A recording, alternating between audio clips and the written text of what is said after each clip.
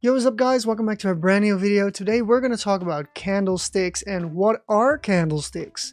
Now, these green and red bars are called candlesticks. Why is that? Because the little wick on the top, this thin part, makes them look like candles. That's the reason. Anyways, why are they important and what type of candlesticks do we have? Alright, now in this frame you can already see a bunch of different types of candlesticks in terms of body, which is the wide part, and the wicks, which as I said before is the very thin part. And what is a wick? It's basically where the price has went, so it wasn't a wick at that point, it was looking like this maybe, like this green bar, and then it would go back down, like here, and you would see this big wick on the top. And what do wicks tell us? It means, in this case, that we did go up all the way here, but then the sellers were stronger than the buyers, and we went all the way down to around here. Now in this case, every candle is a day, and the body, which is the wide part, has an open and a close. Now, what is the open and the close? It's basically the bottom of this candle on the way up is the open, right? So the previous candle ended here, which is the close. Then here you have the candle open. We went up and then the candle closed. Next day on a red candlestick, the open is on the top because we're going down, and then the close is here on the bottom. And in the meantime, it has gone down a little bit, but it has gone back up, and then this is the close. So the actual candle is the open and close, the body, and then the wick is where the price has been. Now you have different candles, as you can already see. You have these very thin candles with long wicks on either the bottom, top, or both, like here. And what that tells us is on that day the price went up and went down and kind of ended in the middle, so it was a bit uncertain. The tiny candle with the tiny wick is even a better example of that. And usually after one of those, just like here on the top, we can't go any higher. We close the candle, we open the next day, and boom, we go down. We close all the way down here. So a big candle, small wicks. So a lot of people were on the same line in terms of we're gonna sell today because we didn't get higher than we wanted to be.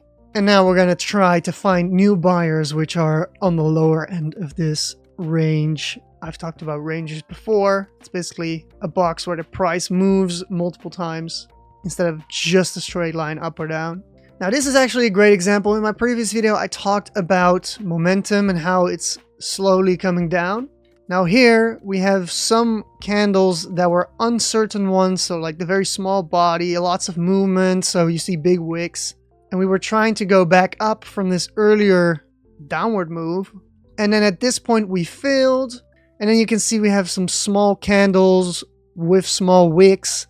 And they couldn't really get the price up. So then we went down pretty hard with this big candle, big candle, big candle. We tried a little bit. You can see here from the wick that we tried to buy it up. But then we failed. So the next day we went down again. Now I think you get the idea of it. So how can you use candlesticks for investing or trading?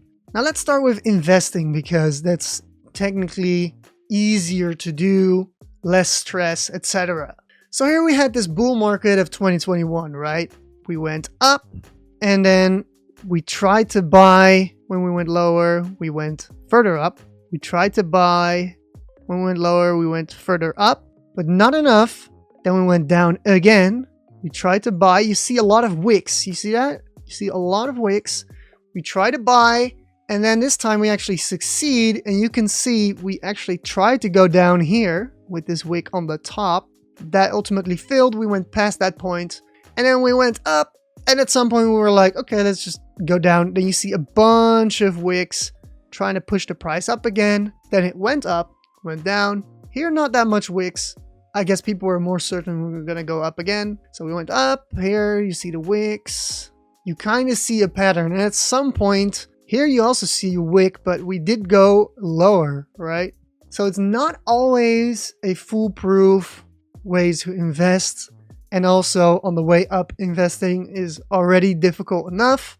But you could technically base it on seeing a couple of wicks and this is on a couple of days. Each candle here is a day. Now here especially you see a lot of wicks. That's where you could have invested. Let's say after you saw these wicks, you invested, let's just put it a bit high, and then you would have made 86% profit at best. Let's just call it 70%. Now on the top side, the wicks are less big. And that's in this case because when people see the price go up, they think it's going to go to the moon. So not a lot of people will sell at that point. Not a lot of traders will go against that massive mountain up to try to put the price down because they don't have the power to put the price down. So you don't see as big of wicks on the top, but you do see a tiny bit of wicks. But usually on the top part, they don't mean that much. But yeah, on the bottom part, usually they are good places to invest. And again, I'm not a financial advisor. Investing isn't only making profit. You can be underwater, what they call it. So let's say you started investing here. You could be underwater 66%. Obviously, if you invest on the way down, you're only down by 50%, which is still a lot. Obviously, you invest here as well. So let's say we pick the middle of that. Then you would be down 30%, but then you're ready for the next bull run, which did come, and then you would have had 350% in profit. So especially in Bitcoin with bigger moves, you have to not be scared to invest. If you're investing, you're doing it for the long term. If you're trading, you're doing it for the short term. So let's move to trading. So right now we are on the daily chart, which is not ideal for trading unless you're doing big trades. You don't have a lot of time, so you don't want to day trade or whatever. But in my case, I'm going to the 30-minute chart. And in here, I have an example of these two wicks. Now, to be honest, this first one, if you would have traded back on it, you would have probably been stopped out. If not, for some reason, you would have made 2%, which is good, but you would have been stopped out. So not a good trade. Now, this wick, however, if you would have taken this trade purely on the wick, which is not smart, you would have made 3%, which is good. But again, it's not a good trade. Why is it not a good trade? Because you didn't go higher than this last high yet. So that's also why we went down afterwards. But just as an example, if you took that trade purely on the wick. Now again, we have a wick here, which indicates people want to buy. We went down here. We didn't go for the full wick. We went for this like second little wick here. How much percent would we have made? Okay, 0.5% down, which is you would not have been stopped out. 2% up. So technically a good trade. Purely on wicks, I don't know if I would have taken it. Again, you didn't beat this last high. Now here is a lot of wicks, right?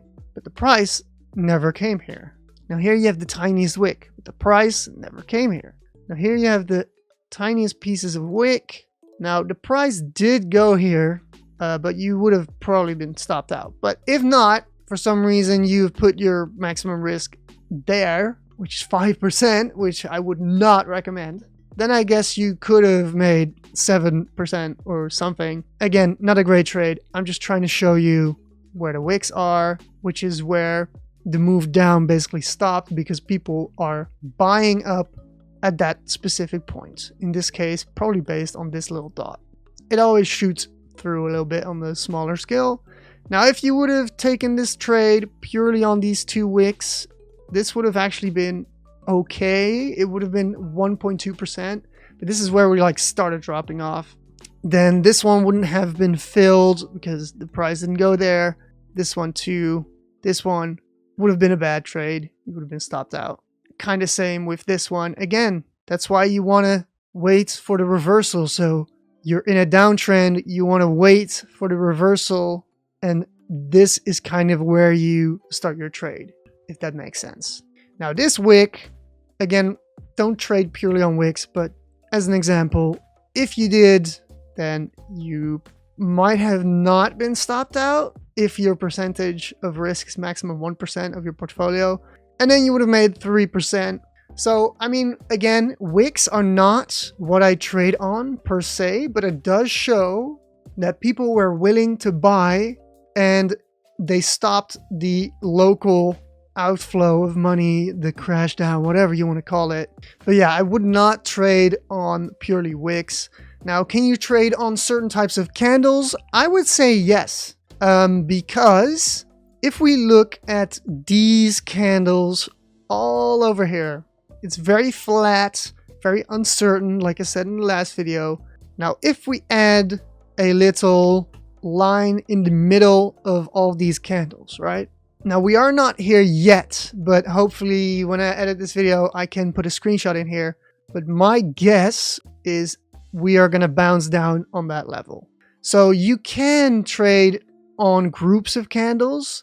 And the reason is this long line of candles, there's not a lot of money in there. On the top of it and the bottom of it is more money. And I'll show you right now. There's this tool called Fixed Range Volume Profile, and I can basically pick the range, which is why it's fixed, and then the volume is the volume of money. So watch where the peaks are. They are down here, as I said. They're up here, as I said. They're even down here because it is taking this piece. But you can see on the long straights, there's not a lot of money. And here it does add a little bit because on the way down, we didn't go down a straight line. If I show purely the up pulse, it will be even more clear. Money here, money here.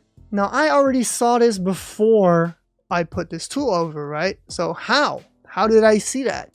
It's because an up pulse is not per se because a lot of people are buying. It is because more people are buying or willing to buy and less people are willing to sell, especially that last point.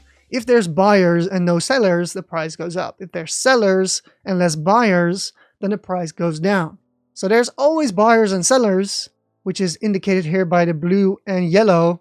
But in these giant pulses, there's not really that much money. So there's not a lot of certainty. So let's say the price went up and this is what the chart would look like. I would probably buy here again, or maybe a little bit above, or based on all of these candles. And funnily enough, you can already see here, people did indeed buy on that level and then they failed, but then they also bought on this level. So you want to buy where there's a lot of movement in that same area, like here, these kind of align even, like here. The same thing is like you don't want to randomly short, which is selling to earn money, in the middle of like a straight line. You want to do it back up here, which people did. And it gives you the best risk reward. And what I mean by that is, let's say you short, which again, you earn money on the way down. You wanted to short based on this piece before the big drop. This would have been your risk, the red part, and the green would have been your reward. You see how the risk reward ratio is 3.78? That's really good. Now, if you chose to short like halfway here, your risk reward ratio is almost 1. You see how you can lose as much as you can earn? That would mean you would have to be right more than half of the time. With a risk reward like this, even if you're wrong 2 out of 3 times, you still make money or don't lose money if you have one good trade. I will make a separate video about risk reward, but that's how you can use the candles to your advantage. Perfect example, you see these 4 candles, smaller candles. This is where there's more money than on this part down. And I can show you right here. You see how there's more money here and then it peaks around here. You'd have to go like on the lower timeline. Especially in this big bar, there's like almost no money basically. Until here is where they try to do stuff. You'd have to zoom in again. But that's how you use the candles to read where there's money on the chart without using that tool. And you can use that to invest or trade. Now, obviously, to trade, you need to combine multiple things. But that's why I'm making multiple videos on different things, so you guys know how I use them for trading or investing. Now, I hope you've learned something from this. Feel free to like, comment, subscribe, and join the Discord if you have any questions or want to chat with me and others. I share pictures of the chart, etc. And if you want to learn more about candles or other topics, feel free to ask in my Discord or just Google it. There's a lot of information online. Just make sure you're not looking at some bullshit because there's a lot of it online as well. So yeah, that's all for me. See you guys in the next one. Peace.